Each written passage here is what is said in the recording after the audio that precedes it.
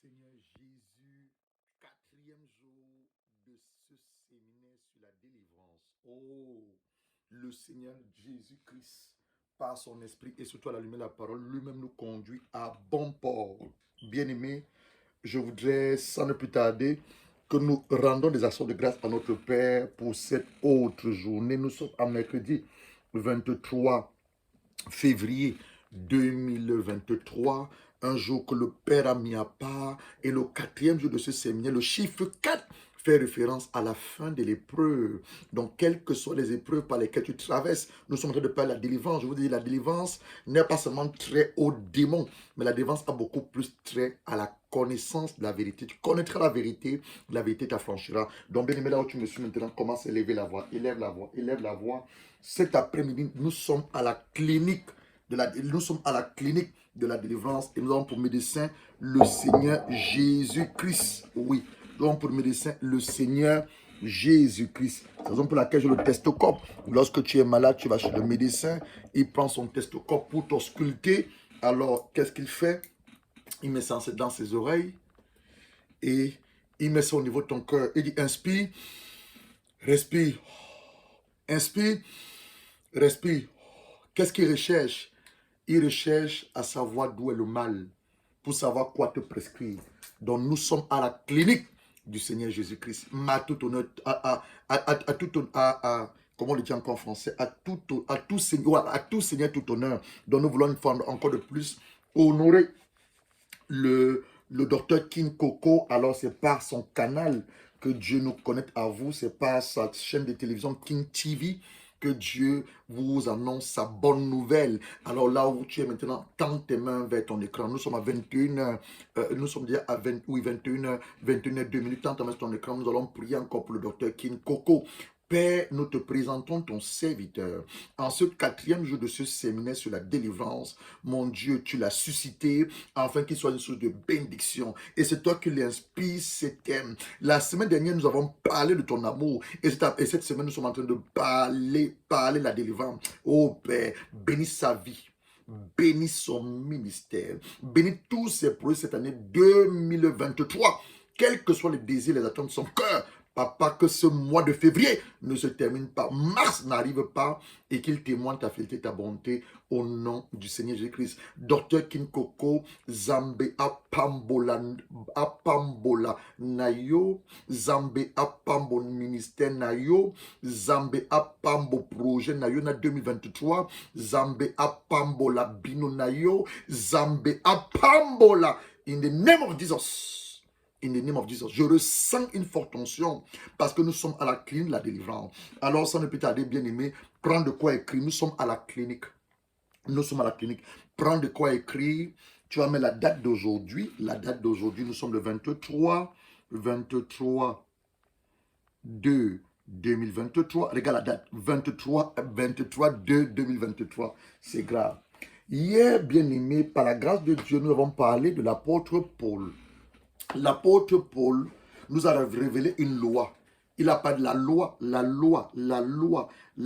on va le relire parce que c'est là où je vais commencer. Mais le test de base cet après-midi, c'est Ézéchiel. Ézéchiel, on va même aller dans la lamentation. Parce qu'à cause du temps, je dis la délivrance demande le temps. La délivrance demande vraiment le temps. Alors, sans ne plus tarder, on va repartir, on va lire Romains chapitre 7. On va tout lire, hein. Romains chapitre 7. Parce que le Seigneur m'a demandé de parler de mon témoignage. Tu vas écouter mon témoignage. Romains chapitre 7. Romains chapitre 7. Romains chapitre 7. Commençons au verset 13. Ce qui est bon a-tu donc été pour moi une cause de mort? Loin de là. Mais c'est le péché. Enfin qu'il se manifesta comme péché en me donnant la mort. Parce que ce qui est bon et que par le commandement, il devient condamnable au plus haut. Nous savons en effet que la loi est spirituelle, mais moi, je suis charnel, vendu au péché. Car je ne sais pas ce que je fais. Je ne fais point ce que je veux. C'est une loi. Il dit, je ne sais pas, écrit ça, je ne sais pas ce que je fais. Donc le péché a une puissance qui l'amenait à faire le mal. Je ne fais point ce que je veux. Ce que je veux. Je ne fais point ce que je veux. Et je fais ce que je hais. C'est là où, c'est ça ce soir. Et je fais ce que je hais. Je ne sais pas ce que, je ne sais pas, je ne si je fais ce que je ne, bon, il dit, car je ne sais pas ce que je fais, voilà ce que je fais, je ne sais pas ce que je fais, ça c'est la première chose. Je ne fais point ce que je veux, deuxième chose, et je fais ce que je hais, troisième chose. Verset, verset, verset car je ne, verset 16. Or si je fais ce que je ne veux pas, je reconnais par là que la loi est bonne. Sautons. Allons verset 24. Misérable que je suis, qui me délivra de ce corps de la mort. Lamentation chapitre 5. Lamentation chapitre 5. Lamentation chapitre 5. Permettez-moi de terminer mon thé. Vous savez, il fait froid.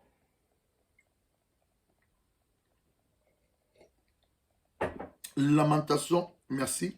Lamentation chapitre 5. Lamentation chapitre 5.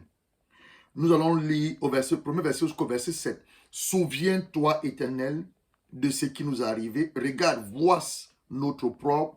Notre héritage est passage étranger. Nos maisons à des inconnus. Nous sommes orphelins sans père. Nos mères sont comme des veuves. Nous buvons notre eau à prix d'argent. Nous payons notre bois. Nous sommes poursuivis le jour sur le cou. Nous sommes épuisés, nous n'avons point de repos. Nous avons tendu la main vers l'Égypte, vers la Syrie pour nous rassasier de pain. Verset 7. Lamentation 5, verset 7. Lamentation 5, verset 7. Nos pères ont péché. Quels péchés ont commis? Donc, nos pères ont péché. Nos pères ont péché. Première des choses. Ils ne sont plus. C'est nous qui portons la peine de leurs iniquités. C'est là que nous commençons. 1. Les pères ont péché. 2. Les enfants subissent les conséquences des péchés de leurs pères. C'est nous qui portons leurs iniquités. Tu veux mettre ta main droite sur ton cœur. Nous voulons prier. Père, je prie maintenant que mon auditoire, ces hommes et ces femmes rassemblés, mon Dieu, dans ta présence et en ton nom, à travers la terre entière, tous ceux-là qui sont connectés maintenant et ceux-là qui vont se connecter même après, je prie que la même grâce, la même onction, ta même présence qui est ici, soit également tangible chez eux et qui n'écoutent pas seulement la parole, mais qui la mettent en pratique. Et qu'en écoutant la parole, mon Dieu, la puissance et l'autorité qui est derrière ta parole, plusieurs en soient délivrés avant la fin de ce live et qu'ils donnent gloire à ton nom, au nom du Seigneur Jésus-Christ. Bien-aimés, nous revenons. Beaucoup plus de Lamentation 5. Nos pères ont péché, ne sont plus, et c'est nous qui portons les fruits de leur iniquité. Bien-aimé, c'est dit, on a la clinique de la délivrance, parce que j'ai encore la journée de demain, vendredi, samedi et dimanche. Je finis dimanche. Donc, c'est 14 années de ministère que je prie que j'essaie de te donner en 7 jours. C'est pas possible. C'est pas possible. 14 années de ministère, par la grâce de Dieu. Depuis 2008 jusqu'à 2023, ça fait combien d'années? 2008, 2023, j'ai été élevé, confirmé pasteur en 2010. Ça fait combien d'années? Donc, depuis 2010, j'exerce comme homme de Dieu. Donc, 2013, ça va faire 13 ans. 2023, ça va faire 13 ans. Si on ajoute, donc ça va faire quoi? Pratiquement 15 ans, bien aimé, d'expérience.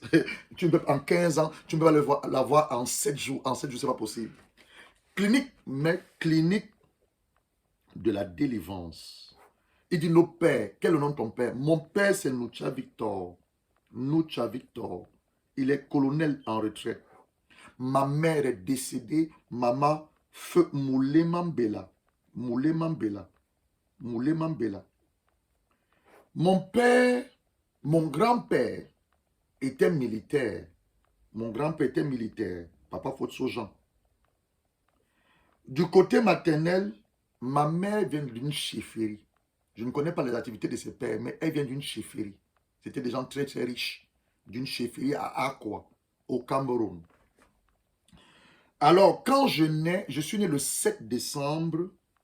Quand je nais le 7 décembre, je découvre que ma mère est Ma mère mariait mon père. Mais je n'ai pas conscience que mon père ait d'autres femmes en dehors de ma mère. J'ai des frères et des sœurs. Je n'ai pas conscience. C'est plus tard que je me rends compte que ses frères et ses sœurs sont issus d'autres mamans. Dont un, mon père polygame. Il dit nos pères ont péché. Donc, le péché de mon père, la polygamie. Et tout ça va lorsqu'on parle de la polygamie, on parle de l'infidélité. Un homme ne peut pas aimer plusieurs femmes. On parle de l'adultère. Adultère. On parle même de l'inceste. On parle même de l'inceste. On parle de la polygamie. Tu as l'infidélité, écrit infidélité. Tu as l'adultère. Tu as l'inceste. Tu as l'immoralité sexuelle. L'immoralité sexuelle. Tu as l'immoralité sexuelle. Bon, l'étant l'immoralité sexuelle. Tout ça, c'est des trucs d'impudicité. Donc, la polygamie que mon père a vécu, continue à vivre, il a bâti un hôtel de polygame, ayant plusieurs femmes. La polygamie sous la polygamie, il y a l'infidélité. Sous la polygamie, il y a l'adultère. Sous la polygamie, il y a l'inceste. Sous la polygamie, il y a l'immoralité sexuelle. Sous la polygamie, mettons aussi la fornication. Fornication, on a mis l'adultère, mettons la fornication. Ça fait 1, 2, 3, 4, 5. Laissons comme ça 5. Donc mon père épouse ma mère, mais il est polygame. Donc moi maintenant, lorsque je nais dans cette famille, quelle sémence je reçois? Voilà le jeune Gérard qui naît en date du 7 décembre. Bien aimé, je prends pour illustrer, ça c'est mon café. Ceux qui sont en Angleterre le connaissent, on le vend en Lidl. Tout enfant qui vient sur la terre, tu es comme ça, tu es comme ce vase. Tout enfant qui vient sur la terre comme un vase. Comme un vase. La Bible dit que nous sommes des vases que le Saint-Esprit remplit. Comme un vase. Tu es innocent, il n'y a en toi rien. Bien que tu irrites le péché adamique. Parce que Adam était la première personne à pécher. Romains chapitre 5, le verset 12. Car le péché est venu dans le monde et la mort s'est introduite à tous les hommes, même ceux qui n'ont pas péché. Qui? Adam est celui-là qui a péché. Mais quand il a péché, nous sommes tous dans ses reins. Donc le jeune Gérard naît dans la famille Nucha. Donc il hérite déjà un. Je prends ça comme le péché, le café là, le thé comme le péché. Je prends ça comme le péché. Parce que nous parlons cet après-midi qui me délivrera de ce corps mortel. C'est ce que l'apôtre Paul a dit. Ce que je sais, ce que je ne sais, ce que je fais, ce que je ne sais pas ce que je fais. Je fais ce que je ne veux pas. Et je fais ce que j'irai. C'est là où nous sommes. Qui me délivre de ce corps, c'est là où nous sommes. Donc voilà le péché adamique. Maintenant, quand je nais dans cette famille, où mon père est polygame, la sémence de la polygamie, la sémence de l'infidélité, la sémence de l'adultère, la sémence de l'inceste, la sémence de l'immoralité sexuelle, de la fornication, ce qui veut de l'impudicité. Voilà le jeune Gérard. Me voici. Regardez tout ce qu'il y a en moi, avec toutes ces sémences. Alors, il a plu à Dieu, dès mon jeune âge, de commencer à me donner un don de voyance. Je voyais les gens mourir et je ne pouvais pas les sauver. C'est la raison pour laquelle très tôt, je voulais devenir médecin. Je ne pouvais pas les sauver. Je les voyais mourir et ça arrivait. Je voyais les gens de la famille mourir et ça arrivait. Et effectivement, tous sont morts jusqu'à ma dernière, la grand-mère. J'ai vu sa mort le lundi. Ma mère m'a appelé. Non, j'ai vu sa mort le week-end, autant pour moi. Ma mère m'a appelé en semaine. J'ai dit, je sais pourquoi tu m'appelles. Ça, c'est le don de voyance. Tu viens m'appeler pour me dire que ta mère est décédée. Je le sais, je l'ai vu mourir. Et lorsqu'elle me l'a dit, puisque j'avais une relation très filiale avec ma grand-mère, j'ai fait don. Je n'ai pas tué le don en toi. Je l'ai fait endormir. J'ai endormi le don. Le jeune Gérard aussi, dans ses marches, à cause de toutes ces sémences, les sémences là, l'ennemi maintenant commence à s'en servir en amenant le jeune Gérard à avoir non d'abord même, non, moi je n'ai pas d'avoir le rapport. J'ai mon ami Eric Basselec, il faisait du judo à l'époque dans un club français au Cameroun, l'AMT, la coopération militaire française et camerounaise, Alors, à cette époque, on aimait bien voir les films de Bruce Lee. Il va m'emprunter un film de Bruce Lee. Je ramène la cassette vidéo. À l'époque, c'était les vidéos, hein, cassette vidéo. Je vais l'introduire le magnétoscope. Je ne peux pas l'introduire le magnétoscope parce qu'il y a une cassette vidéo dans le magnétoscope. Quand je veux l'introduire, mon petit frère Alain me dit, mais tu vois pas qu'il y a une cassette dans le magnétoscope, grand frère. Donc, on a pu play un film pornographique. J'avais entre 9 et 11 ans. Donc, le diable encore a mis la pornographie. Et c'était la masturbation. Les hommes se masturbaient.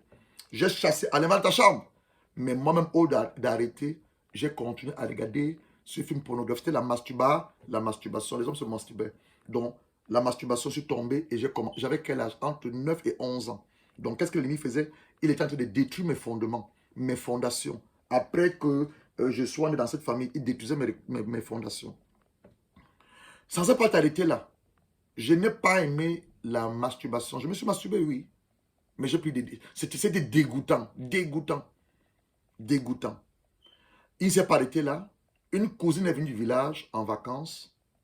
Une nuit, pendant que je me lève pour aller me soulager, je sors des toilettes. La cousine, sa chambre n'était pas loin. La cousine m'attrape littéralement la main. Elle m'amène dans sa chambre. Viens me faire l'amour. Je dis, ah, j'ai quel âge? Elle était plus âgée que moi, au moins de 7 ou 8 ans. J'avais quel âge? Entre 9 et 11 ans. Un enfant de 11 ans, qu'est-ce qu'il connaît de l'amour? Bon, comme j'avais la sémence de la... Souvenez, vous avez la sémence de la pornographie, le film que j'avais vu. Comme la sémence a été à moi, j'ai voulu imiter ce que j'avais dans le film. Elle dit, c'est pas comme ça qu'on fait. Donc, qui m'a initié dans le sexe? Ma propre cousine.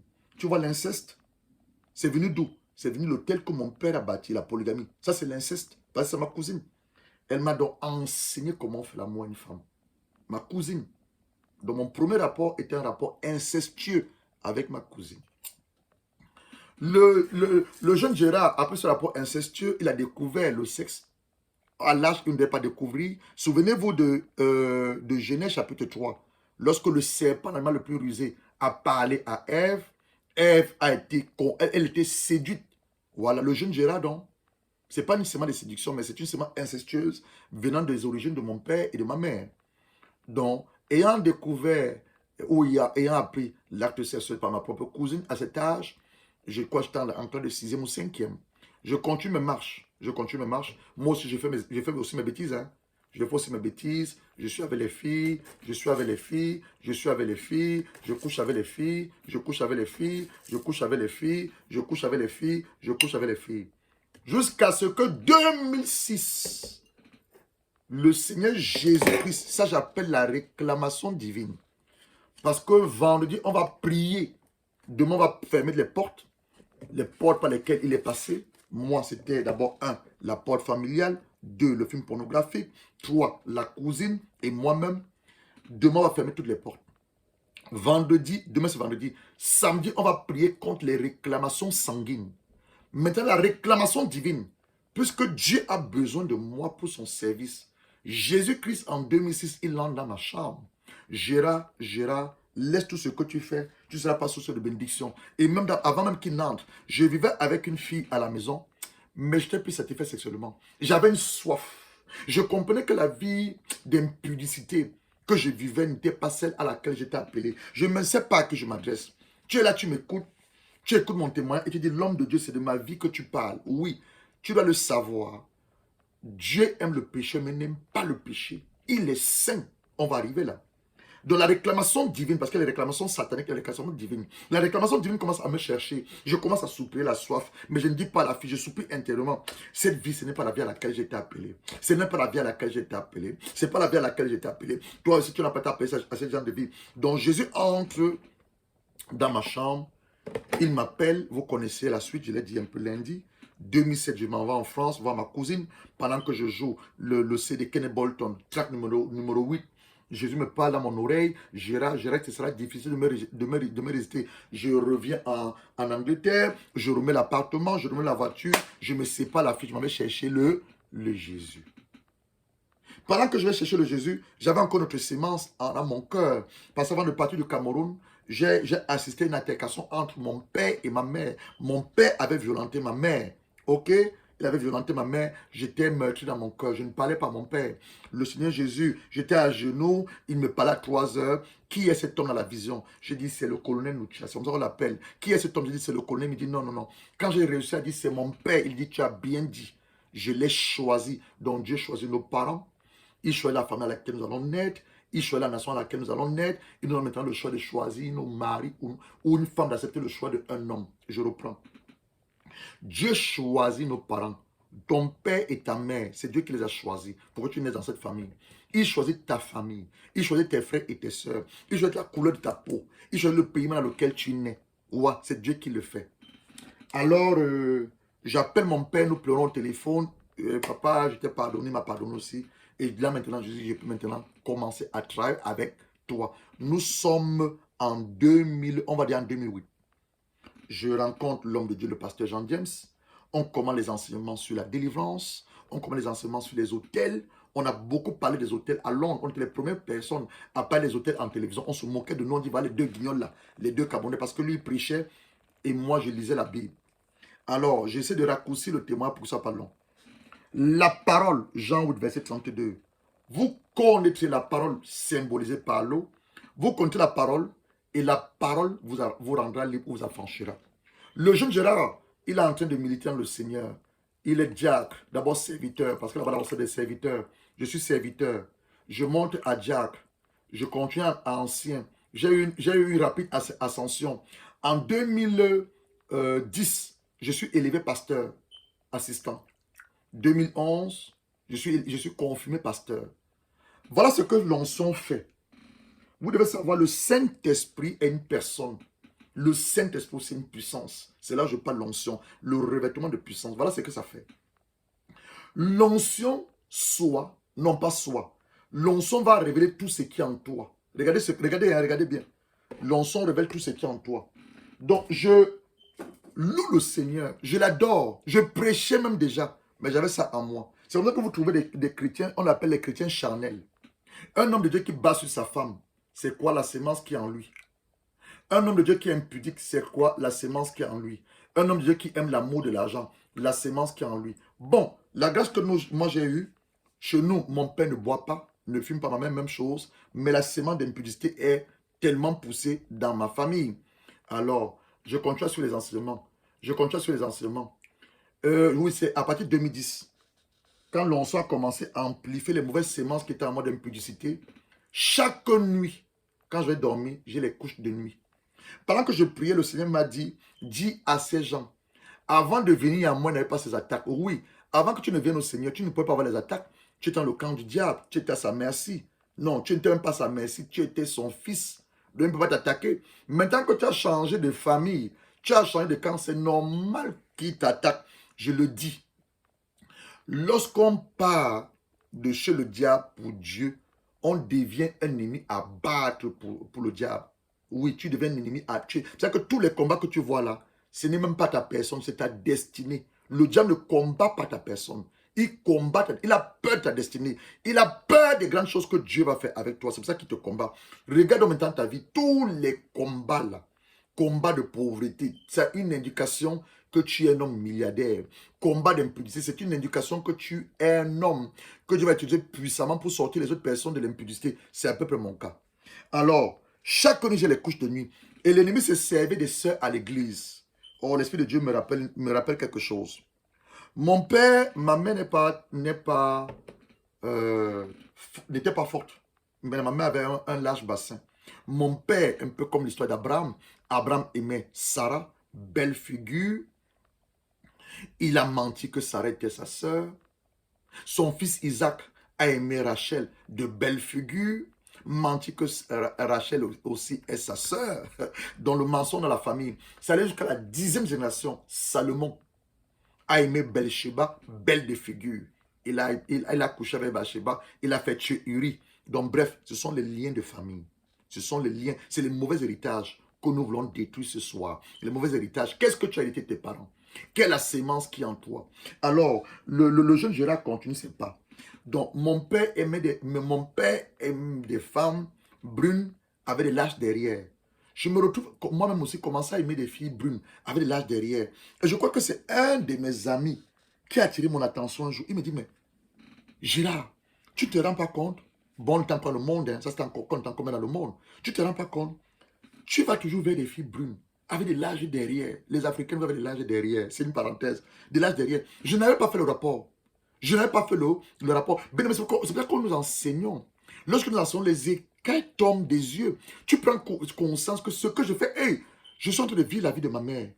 Ma mère était deuxième femme. Non, non, non, non, non, non. Je ne peux pas être deuxième femme. Ma mère se prostituait. Je ne peux pas me prostituer. Ce n'est pas ce que la parole de Dieu dit.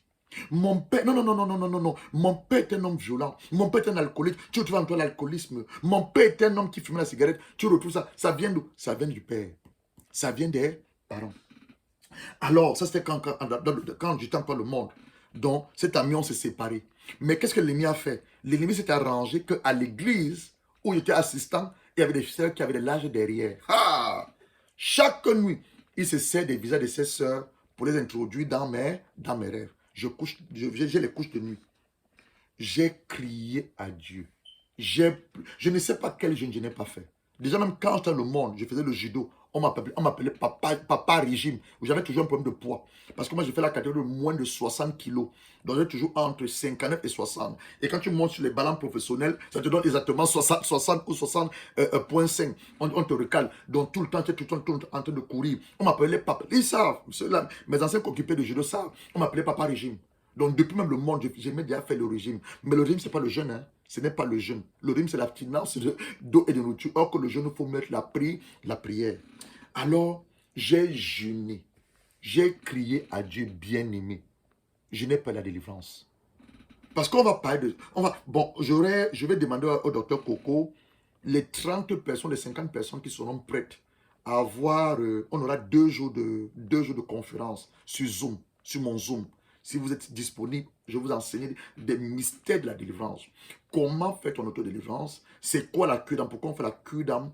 Et quoi d'autre? Le mystère des hôtels. C'est la dernière révélation que j'ai reçue avant la fin de l'année et depuis cette année. Le mystère des hôtels. Voilà. J'ai fait des jeûnes. J'ai prié. J'ai dit, démon de femme de nuit, libère mon corps. Je suis... Non, non, non. Bien aimé, Dieu ne te libère pas des choses que tu aimes. Je reprends. Dieu ne te libère pas des choses que tu aimes. Pendant que je disais, je ne te veux plus, je prenais plaisir dans ces rapports sexuels. Oui, je prenais plaisir. On doit se dire les choses telles qu'elles sont. Je suis aujourd'hui un homme de Dieu, c'est vrai, c'est la grâce de Dieu. Mais je prenais plaisir dans ces rêves que je faisais. Donc toi qui prends plaisir dans ces rêves, sache une chose, Dieu va jamais te délivrer de la chose que tu aimes. Dieu te dit la chose que tu commences à haïr. Oui, tu hais. Il dit, je ne fais pas ce que je veux. Je fais ce que j'ai. Donc l'apôtre Paul a découvert une loi. Parce que dans Romains chapitre 8, le verset 1, il dit, on va lire. Il va parler de la loi là. Et j'ai découvert aussi cette loi. Je l'ai découvert. J'allais même chez mon père spirituel. J'ai dit, papa, voilà ce que j'ai eu. Il me dit, prie. Tu es un homme de Dieu, prie. Je prie, rien. Je prends l'onction d'huile. Je oins ma partie intime, rien. Ils viennent encore, ils couchent, les femmes là viennent encore, elles couchent avec moi. Est-ce que tu es consacré à une sirène des eaux? Je n'ose pas croire. La semence est venue d'où? La semence est venue du Père et de la Mère. Romains 8. Il n'y a donc maintenant aucune condamnation pour ceux qui sont en Jésus-Christ. En effet, la loi, il y a une loi. La loi de l'esprit de vie. Donc la vie de l'esprit. Ou encore la vie de Christ. En Jésus-Christ m'a affranchi la loi du péché et de la mort. Donc il y a 2 lois. La loi du péché, c'est la puissance qui t'amène à faire ce que tu es. Comme l'apôtre Paul. La loi de l'esprit de vie en Jésus-Christ, c'est celle-là qui t'a franchi. Elle t'a franchi. Bien-aimé, j'ai crié à Dieu. Et comme je dormais à l'église, il y avait des jours, je dormais sur l'autel. Même sur l'autel de Dieu, ces démons de femmes, j'ai ces démons. Ces démons de femmes de nuit venaient coucher avec moi. J'ai dit, c'est pas possible. Je me suis même marié. Ça n'a pas, bien aimé, ne crois pas parce que tu es marié, ça va s'arrêter. J'étais déjà homme de Dieu, j'étais déjà homme, non, j'étais pas enfant de Dieu. On m'avait élevé comme pasteur, confirmé. J'étais le pasteur assistant. Je parle à un homme de Dieu qui a une réclamation sur sa vie. Les hommes de Dieu sont réclamés. C'est pour ça qu'on devrait beaucoup prier pour le pasteur. Je me suis même marié. Ça n'a pas empêché que même dans le mariage, il y avait des nuits, j'avais des couches de nuit. Oui, j'en ai souffert, bien aimé. Particulièrement pendant 2 ans. Mais c'est-à-dire que de 2009, 2010, 2011, particulièrement 2 ans, j'en ai souffert. J'ai crié à Dieu, Seigneur, délivre-moi, délivre-moi. Alors, comme je te dis que Dieu ne te délivre pas la chose que tu aimes. Toi qui te masturbes, il ne va pas te délivrer à la masturbation si tu aimes la masturbation. Toi qui commets la fornication, il ne va pas te délivrer si tu aimes la fornication. Toi qui commets l'adultère, il ne va pas te délivrer. Alors, j'en avais assez. Bien aimé, tu dois arriver au stade où tu prends une décision radicale. J'ai loué le Seigneur. Je l'ai adoré. J'ai dit cette nuit, je ne sais pas qui tu es. Parce qu'elle prenait les visages des filles de l'église. Elle prenait les visages des anciennes copines. Je dis, je ne sais pas, mais cette nuit, c'est la fin, je t'attends. J'ai loué Dieu. Je l'ai adoré. Je l'ai invoqué. Je dis, c'est cette nuit, c'est cette nuit. Ce démon de femme de nuit, je t'attends, je te coupe en pièces. Ben, mais le démon, je ne veux pas dire la sirène, le démon n'est pas venu. Bien aimé, j'ai découvert la loi de l'esprit de vie en Jésus-Christ. Comment? Au travers de la parole. Si vous demeurez dans la parole vous rendra libre. Quelle parole j'ai découvert? J'ai découvert que je suis une nouvelle créature. Les choses anciennes sont passées, voici toutes les choses sont devenues nouvelles. J'ai découvert que Dieu est saint. Jésus est saint. Donc je ne vais pas continuer à accommoder le péché. Je ne vais pas continuer à accommoder l'impudicité. J'ai découvert que tel il est, tel je suis. C'est ma nouvelle identité. Il est saint, je dois être saint. Approchez-vous donc de lui maintenant, lui qui est saint. J'ai découvert que Éphésiens chapitre 4, le verset 20, je crois que c'est le verset 17, j'ai été créé dans une justice et une sainteté que produit la vérité. Donc moi, qui a eu la sémence de l'impudicité, de l'adultère, de l'inceste, de la pornographie, je ne peux plus, car je suis une nouvelle créature. Je suis une nouvelle créature. Tu vois, au fur et à mesure que tu demandes la parole, la parole vient épurer ton âme. Elle vient sortir les souillures de ton âme. Elle vient sortir les souillures de ton âme. Elle vient sortir les souillures de ton âme. Quand il dit Saint-Esprit, remplis-moi, remplis-moi, il ne te remplit pas la puissance. Il enlève en toi ses impurités. Il enlève en toi ses impurités et tu redeviens ce vase. Regarde. Tu reviens sur ce vase comme au début, mais là maintenant tu es rempli du Saint-Esprit. Tu n'arrêtes pas là parce que tu veux le revêtement, tu veux le revêtement. Parce que lorsque tu as le revêtement maintenant, que le monde spirituel te respecte, tu deviens une autorité spirituelle, donc tu veux le revêtement. Bon, regarde, quand tu dis remplis-moi, regarde la dimension des vers. Donc ici, tu es le jeune qui est en train de grandir. Là, tu dois continuer à grandir. Remplis-moi Saint-Esprit. Remplis-moi Saint-Esprit. Remplis-moi Saint-Esprit. Remplis-moi Saint-Esprit. Remplis-moi Saint-Esprit. Commence à prier. Commence à prier. Remplis-moi Saint-Esprit. Remplis-moi Saint-Esprit. Remplis-moi Saint-Esprit. Donc mon vase s'élargit. Mon vase s'élargit. Chaque fois que ton vase s'élargit, tu dois continuer à demander Saint-Esprit, remplis-moi. Remplis-moi. Et là, maintenant, tu vois que ça déborde la courroie. On parle du revêtement, le revêtement de puissance, le revêtement de puissance, le revêtement de puissance, le revêtement de puissance, le revêtement de puissance. Donc quand tu es revêtu la puissance du Saint-Esprit, aucun démon, tu deviens une boule de feu, tu deviens un danger pour le monde des ténèbres. Et c'est là que je parle de la réclamation divine.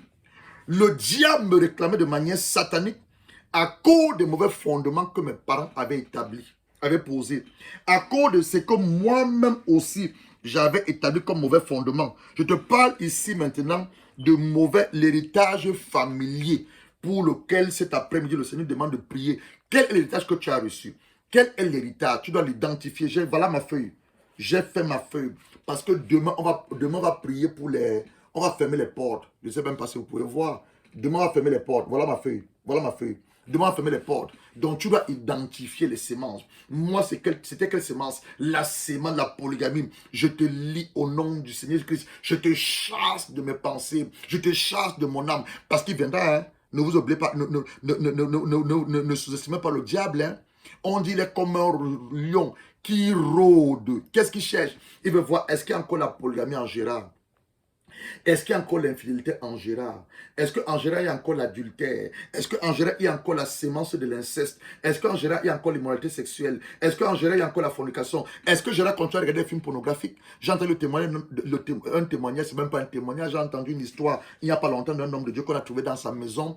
On a trouvé dans sa maison, des cassettes pornographiques. Des cassettes pornographiques chez un homme de Dieu, on a trouvé des cassettes pornographiques. Il est un homme de Dieu bien connu de cassettes pornographiques. C'est quoi? C'est la sémence. Quelle sémence tu as en toi, bien-aimé? Identifie les sémences. Parce que demain, on va détruire toutes les sémences. Identifie les sémences. Quelle sémence tu as en toi? Quelle sémence tu as en toi? Moi, j'avais la sémence de l'infidélité. J'avais la sémence de l'adultère. J'avais la sémence de l'inceste. J'avais la sémence de l'immoralité sexuelle. J'avais la sémence de la fornication. Et si tu veux m'ajouter la sémence des démons de mari, de femme, de nuit. Quelle sémence tu as en toi? Oh, c'est l'abondance de la bouche que l'on parle. C'est l'abondance de la bouche que l'on parle. Un bon âme ne peut pas produire de mauvais fruits. L'arbre produit selon ses fruits. Quel est l'arbre que tu es? Quel est l'arbre que tu es? Quels sont les actes que tu poses? Les actes que tu poses sont l'indication de la sémence qui est en toi. N'avez pas entendu des choses, on dit un homme de Dieu est en train de bagarrer avec, il a tapé sa femme. C'est quelle sémence? C'est la sémence de la bagarre. C'est la sémence de la violence. N'avez-vous pas entendu les histoires? Un homme de Dieu couche avec des filles à l'église. Quelle sémence il a en lui? C'est la sémence de l'impudicité. N'avez-vous pas entendu l'histoire? Maman pasteur, elle est colérique. Elle tape sur les gens à l'église. Quelle sémence elle a en elle? La sémence de la colère. N'avez-vous pas entendu l'histoire? L'homme de Dieu, il ment. Homme de Dieu, combien de fidèles tu as à l'église? J'ai 100 membres, or qui sont 5. C'est la sémence de quoi? La sémence du mensonge. N'avez-vous pas entendu l'histoire? Oh, telle sœur. Elle est jalouse l'autre sœur parce qu'elle a convoité le même homme et l'autre sœur a l'intention d'épouser cette sœur et ne veut pas l'épouser. C'est quoi? C'est la sémence, la convoitise. N'avez pas entendu la sémence, la médisance? Elle va mal parler. Oh, tu ne peux pas l'épouser. Hein. Tu connais même son passé. Tu connais son passé. Et c'est des enfants de Dieu. C'est là que tu comprends, je t'ai dit depuis le début, depuis lundi, la délivrance n'est pas pour les gens du dehors. La délivrance est pour les gens de l'intérieur. La délivrance s'adresse aux enfants de Dieu. La délivrance traite avec ton âme. La délivrance traite avec ton passé. Tu vois là, je suis sorti. Ton passé, ton présent, et ça te propulse dans ton futur. Donc, la partie démonologie n'est qu'une phase de la délivrance. Mais la délivrance, moi je la définis, tu contrôles la vérité. Quelle vérité? Depuis que je suis venu à Jésus-Christ, je dors mal. J'ai des cauchemars. Je vois les gens me suivre dans les rêves. On m'attache. On me lie. Depuis que j'ai donné ma vie à Jésus-Christ, je mange dans les rêves. Tu n'es pas un restaurant. Tu n'es pas un restaurant ambulant. Un restaurant spirituel. Depuis que j'ai donné ma vie à Jésus, homme de Dieu, chaque nuit, on me viole. J'avais un enfant comme ça à l'église. J'avais un frère comme ça à l'église. Il m'avait décidé de ne même plus dormir habillé. On le violait. Il dort habillé. Il me dit, papa, je dors habillé. Le lendemain matin, je trouve mes habits au sol. C'était pas même seulement le viol. Et l'ennemi avait aussi répandu une mauvaise odeur. Le frère était travailleur, beau gosse. Il veut se marier. Aucune fille de l'église, qu'elle arrive, il sent. Il vient à mon bureau. Je l'appelle le frère, je ne donne pas son nom. Le frère P. Il entre parce que les gens de l'homme me suivent. Il entre. Papa, est-ce que je sens? Il dit, qui t'a dit que tu sens? Moi, je ne sentais pas l'odeur. Mais les sœurs sentent l'odeur. Pourquoi? Parce que quand la période de mariage arrive, l'ennemi se rassure. Quelle sémence tu as en toi? Quelle sémence tu as en toi? Gloire soit rendue à Dieu. Le frère a suivi les enseignements comme tu suis. Le frère, on a prié pour le frère. Le frère est délivré aujourd'hui. Il est marié avec des enfants. Une autre sœur à l'église, très très belle. Leur famille, où c'est des je ne sais pas comment on le dit au Congo là. Des filles où c'est Moulouba, elles sont brunes, très très brunes, comme des métisses. Une très très belle fille, ma fille là. Elle avait 3 prétendants qui étaient partis, je ne connaissais pas les raisons. Un autre est venu de la Belgique, papa, maintenant j'ai quelqu'un de la Belgique, il est sérieux, il veut m'épouser. Je vais aller le rencontrer à la gare de train, je l'amène à l'église. La fille est partie rencontrer le frère. Au moment, le frère est bien arrivé de la Belgique. Il a vu la soeur, ils ont causé. Il dit, je m'en vais me soulager. Le frère n'est plus jamais revenu. Elle m'appelle au téléphone, elle m'a pleuré. Papa, je ne comprends pas, je ne comprends pas. Je dis, viens à l'église. Elle est venue à l'église, elle est dans le bureau. Que se passe-t-il? Je ne comprends pas. Je cherche l'Esprit de Dieu. L'Esprit de Dieu me dit, je vais te dire c'est quel est son problème. Je dis, dis-moi un peu, que se passe-t-il? La soeur dit, chaque fois qu'elle a les prétendants au mariage, ses cuisses gonflent et elle sent une odeur désabondante qui sort de ses cuisses. Ça ne s'arrête pas là. D'autres choses aussi, c'est les autres manifestations. Elle commence à avoir les boutons sur le visage. Donc, on avait mis un masque de vieillesse sur elle. On avait mis une odeur désabondante qui repoussait les hommes. Je ne sais pas à qui je m'adresse. Peut-être toi, tu as aussi un masque de... J'ai prié pour une soeur hier. J'ai vu l'esprit de mort sur elle. J'ai chassé l'esprit de mort.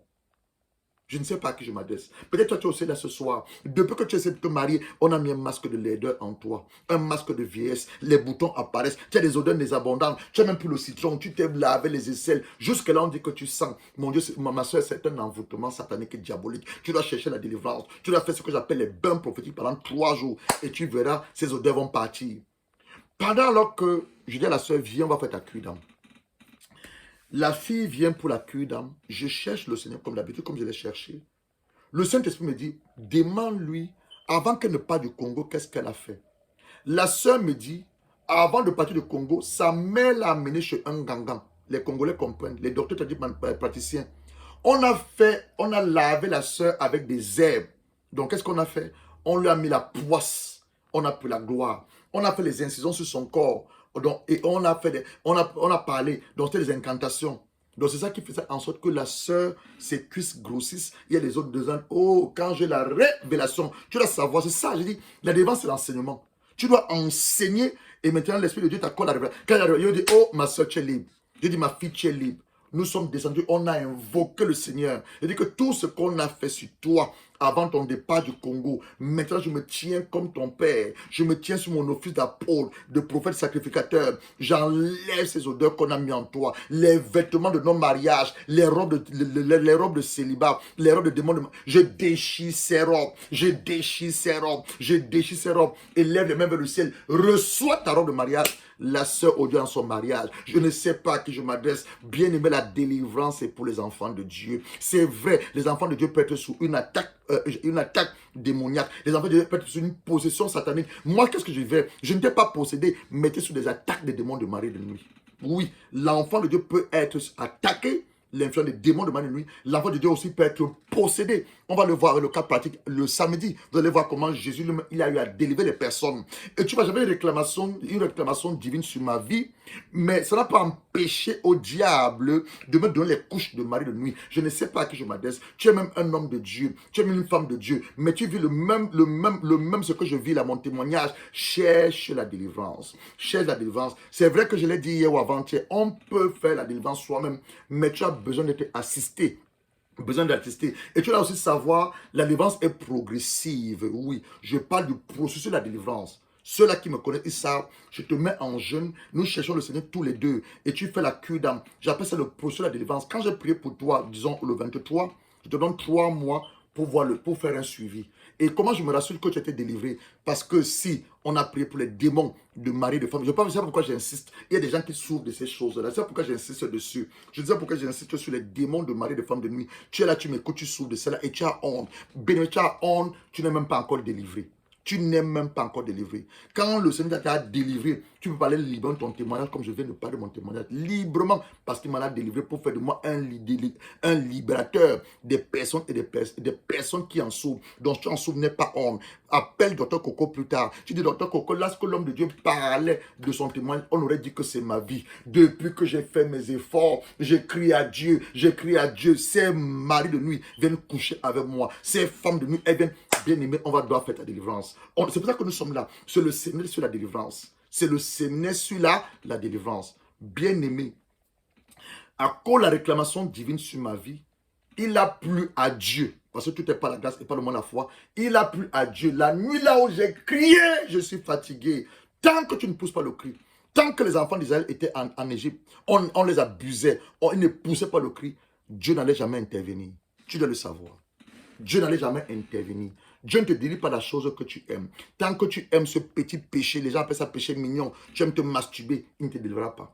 Tant que tu aimes entrer dans la fornication, il ne te délivrera pas. Tant que tu continues à commettre l'adultère, il ne te délivrera pas. Mais le jour où tu vas prendre conscience que ce Dieu est saint, que le corps là que tu portes, c'est le corps que Jésus a racheté par son sang. Ce n'est même pas ton corps, c'est le temple du Saint-Esprit. Quand tu vas prendre conscience que fumer n'est pas une bonne chose, de manière scientifique, tu détruis ton foie, tu détruis tes poumons. Quand tu vas prendre conscience même que la bouche est faite pour adorer Dieu, tu n'as plus fumé. Quand tu vas prendre conscience que l'alcool détruit ton foie, l'alcool, même boire, tu ne vas plus boire. Oui, quelqu'un me dit, mais l'apôtre Paul a dit à Timothée, bois un peu de vin pour ton problème de foie. Oui, c'était un peu de vin, ce n'était pas un abus de vin. Je parle à les gens qui sont alcooliques. Je parle à les gens qui se saoulent avec l'alcool.